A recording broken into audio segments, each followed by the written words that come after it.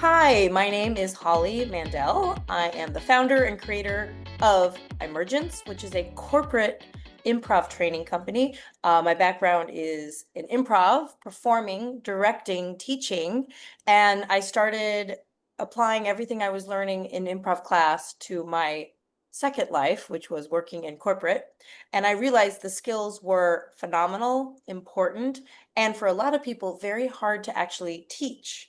So that's where iMergence came from in 2011. Yeah, and I'm Sarah Hicks. I'm the director of corporate events. I came to improv from the theater world. I was a Broadway a dancer, and it's interesting the themes that we're going to talk about today because one of the things that happened when I started taking improv classes when I first got into this world was I realized that I was no longer in a creative job, even though I was in theater and as a dancer, I was just doing what I was told every single day. Ooh, Like even like at the highest caliber on a Broadway stage, if I ever did any changes for what I was supposed to do, I would get notes and I would get reprimanded and I wasn't allowed to do those things. And I was like, I tricked myself into thinking that I was in a creative job. And then once I started doing improv, I was like, oh, this is it. That my ideas matter. And so I think it's just so apropos that we're here today talking about this kind of topic. right. And the topic is based on a Fast Company article that just came out. A big fan of Fast Company. And Mm. it's about creativity and leadership. And the name of the article is Why Your Leadership Team Needs Creatives, Not Just Strategists. And when I first read that title, I thought, this is so great. It's such a simple way of saying, strategy is like logic and it's planning and it's sort of like, okay, we have this issue and we need to figure out how to get through this moment. Is kind of a very not precise way of talking about strategy. But creativity is on a whole other level. And creativity is such a valuable thing. And it's not just for the people who draw well or the people who wear bright colors to work. That's us. Well, what I think is so magical about it too is I'm glad that it's getting some like accolades and highlights now, creativity, is because we're humans and the thing that sets us apart from other species is the way that our brain works. And we have this ability to be creative and think about many different things all at once and many different kinds of solutions. And we can look forward and we can go backwards and we can use all of this information to create things. And we already have robots that can now do the strategies and can now do the chat GBTs and the things and the make plans. Like, I think it's really nice to highlight what it is to be a human and make connection and use the best parts of ourselves to make companies stronger and more effective. Yeah. Yeah. I love all that. And that's kind of what the subtitle of the article is. The future of business won't be managed into being, it will be imagined into being. Oh, I didn't even see that part. I Hmm. love you. Imagined. Ah, Yes. And imagination is like, okay, great. That sounds great. You can't walk into a room, I don't think, of people and say, okay, stop managing your people, start allowing them all to imagine. And it's like, where do you start? And yeah. imagination is really on a different level. And so what we wanted to share is, I sort of feel like, why would creativity be important? One of the things that just we get over and over again is people really resonate with it at companies when they see the link between creativity and innovation. Sort Okay. of an obvious link, but innovation is what keeps a business thriving. It keeps a business competitive. It keeps it responding to what's happening in the moment instead of sticking to a thing that might be 10 years old, but that's what we do. It keeps it alive and it keeps it flexible. And we all know that that is really in demand right now. Yeah, and I think it's also, I think for people in the workforce that are looking for jobs, they're very attracted to a company that's innovating rather than doing the same thing. So I think it's, a very powerful thing to have an innovative company. Totally. Lots of reasons. For lots of reasons. It's true that the attracting talent always surprises me that's on the list, but of course I would want to work at a company that's always interested in innovating. And it just means to me that like the most important thing is that it is relevant. It's responding to the market. It's responding to what people want. And to me, that's the most exciting place to be, on that edge of like, oh, what do we need to do now? It's a conversation I think you're having with your consumers. And if you're not interested in that conversation, I think you get stuck. And then you're trying to force yourself into the conversation instead of it being a natural one. And I think that's the thing that attracted us to improv in the first place, even, when we were both getting started. But it's the thing of you're creating and then you're responding. And I think that's like the kind of thing that is really helpful in the way that we work, is making sure that you're getting those ideas out. Like the creativity is a huge part of it because else you can't go anywhere. And then being able to respond effectively to the creativity is kind of this thing that keeps us building, that we love to see and that we like to do as a team. So if you're watching this and you're like, oh yeah, you know what? I feel like this is a little bit like our company or our team or our department. But improv, what are they talking about? Well, just imagine being tasked with having to make your team more creative or more innovative or more responsive or more comfortable in the unknown. It is sort of easy to ask for and hard to make happen. And it's nothing that comes from reading a PDF, because we've gone to companies that are like, we tried and it Mhm. didn't work, but it's experiential. And what we know to be true, because we've taught for so long, we're a 20-year something company, and we've been improvising and teaching longer than that.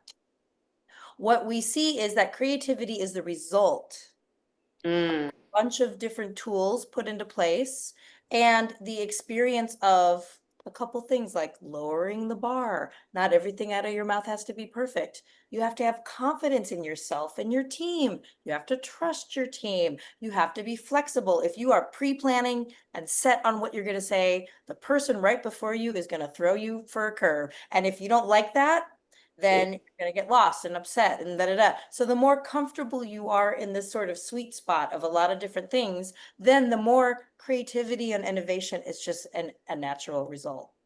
I think one of the things that's the most fun out of our sessions that ends up happening is somebody will be playing a game or an exercise, doing something, and then something will come out of someone's mouth, and they were like, "Oh my God, I never would have said that before." And it's like everyone's laughing and having a good time, and it's just that they were able to like take their guard down for a second, let their brain do what it's there to do, and then they came up with something so cool, and they're like, "Huh, I never would have thought of that if I Yep. was using my old way of trying to come up with information." I love that, Sarah. I think that is almost like the crux of the whole article, because in another way maybe to say it is, known ideas are safe. And what we've done before is safe and it's secure. And when we value safety and security and known more than we value innovation, you get this heavy thing that doesn't move or change. But if you start to value innovation as well, like we're not going to go crazy, but we need to like respond quickly to new information or whatever. And right now, things are changing pretty fast. We won't talk about that, but we all know what we're Mhm. talking about. So how do you get comfortable in that place? And you have to let go of relying on the same old information to solve the problems of right now. And that's where creativity, innovation come in. They listen, it's listening, it's responding to something. It's going, hey, we've never had this exact problem before. What could be the solutions? And then together, it's called divergent thinking and convergent thinking. And that's another nerd out we'll do at some point. But divergent thinking is what improv is. Let's throw a bunch of stuff out. I don't know where it's leading. Oh, I've never even thought of that before, like you were saying. Oh, where did that come from? It just means that we're in new territory. And then together we convergently come up with the plan that we're going to do. But if we don't divergently think, we get the same thing every time. Yeah.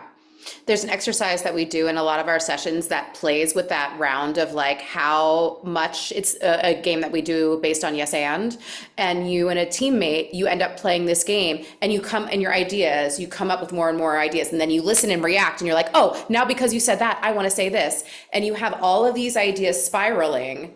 And we like to talk about that. If you had a whiteboard and out of that thing that we just did, how many ideas could you write down? Some of them might not be good, but that's okay. You never would have gotten to the really good ones if you didn't get the other ones out there too. Yes. You just, it's like this way of like, especially when you're in a mode where you're trying to innovate, like let those brains do that thing. Stop cutting your ideas off at its heels.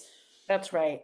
I had this one with an ad agency and we had such a great session. They loved like talking and bringing up things about how they can use the skills that we were learning in their own meetings, and they work virtually a lot. And once I like poked around a little bit, it came to be that at all of their meetings, it's like two managers running this group. No one's speaking up. No one's having their cameras on.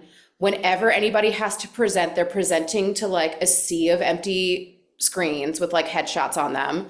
And they don't know how to get better because all of the tools that I'm giving them are like, you know, make virtual eye contact, really listen, show that you're confident, all of these things. And they're like, it's just so hard because nobody's watching. So something I suggested to them, and tell me if you think this is a good idea. I was like, you set up the lay of the land before the meeting even starts, or let everybody know, like, this is going to be cameras on. You don't have to look good. You don't have to have a beautiful background. You don't have any of this stuff has to happen, but you do have to have your camera on. And that's how we're going to run the meeting, because now you can get so much done so much faster with having the connection there. Yeah. You know, with having that eye contact. You know, you never, if you're in a meeting and everybody's cameras are off and you don't see the person going, like they want to say something, then five people talk over each other. You have to stop and start. You have to repeat yourself. And it's just not as effective as you can make that happen with having cameras on and having this connection. Yeah. And I suggested to them too that they should start every meeting with each person saying one thing, so that that already sets up that everybody is a part of it, because the frustration is just having one or two people in charge and then everybody else Totally. back here. Yeah, you're really good at the meeting stuff. I think that's like one of your strengths is really like how do you get people to work together on all these mediums? Funny enough, in the newsletter coming up, I also came up with 3 tips of how to start a meeting for success, because Ooh, for a different reason with a company I just work with, and I think it's pretty much the same thing. I think it's people skip over the human piece yes. and they get right to business and they think that's what Mhm. people actually want, but just like taking 2 steps backwards and starting in a slightly different place, I think makes that really successful. So I love what you said. I find also setting context and just reminding everyone why they're there and realizing that it's a team effort and creating a team vibe. There's so many ways to do it, but if you don't really launch everyone together as a team, I think you're going to get different dynamics that may not be so helpful. Yeah, and they're probably repetitive dynamics that are just going over and over and over again, and nobody knows how to get out of it. And then you're gonna have like five people there that are like wanting to quit their job because they either feel like they're not contributing or they feel like no one cares. Exactly. Sherman just keeps talking. Sherman, always Sherman. Sherman. Mute him. I had a session yesterday, which was fantastic. It was for, we're not saying the names on purpose. It was a global consulting, like they do consulting. Yeah. So they do analytics and they do all the things and they fascinate me because I love that kind of stuff. And they had a group of people. And one of the things that struck me that was kind of across the board was seeing how hard yes and can be for people. So yes and is the fuel that makes improv run. And without getting too much in the weeds about it, it's basically saying sky's the limit. Whatever you say, go for it, and we'll find the thing that we like in it. It's like a growth mindset.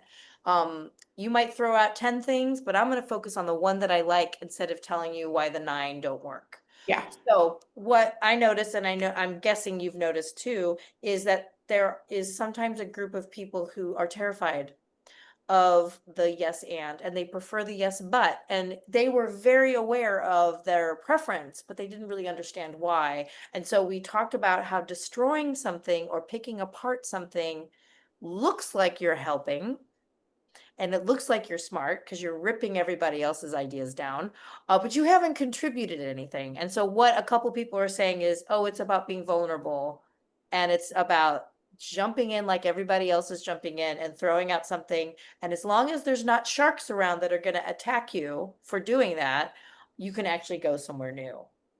Yeah, I feel like it's a theme. It's a newer theme for me in the last 2 years when we play a game and all they have to do is come up with words or information, like very simple stuff, like tell me 5 things that are at a park. They're like, there's nothing. Nothing is at a park. And I see them panic. Yeah. And I think it's just that they haven't tapped into those creative skills in a while, maybe because they haven't been asked to, but it's like then we place some other things and we get like their guard down a little bit and then they can come up with information. Yeah. But I'm like, what a paralyzing Yeah. And uh that's how they described it. They just said they didn't realize how, I don't know if they used the word paralyzing, but they described the feeling of it's not safe. Dogs. dogs. It's not safe to go outside these parameters. And so it's easier to stay in the parameters and sort of rip it apart. So that's a little bit about what we do at iMERGENCE. We bring improv to people who would never sign up for a class, but afterwards they see that improv was almost like the vehicle or the mechanism that gets you to a different place. And when you start to know how to get there and you know it's real and you see what happens when you're there, the rest is just shortcuts to get there, which we also provide. So please reach out. Sarah is waiting to speak to you. I just got an email.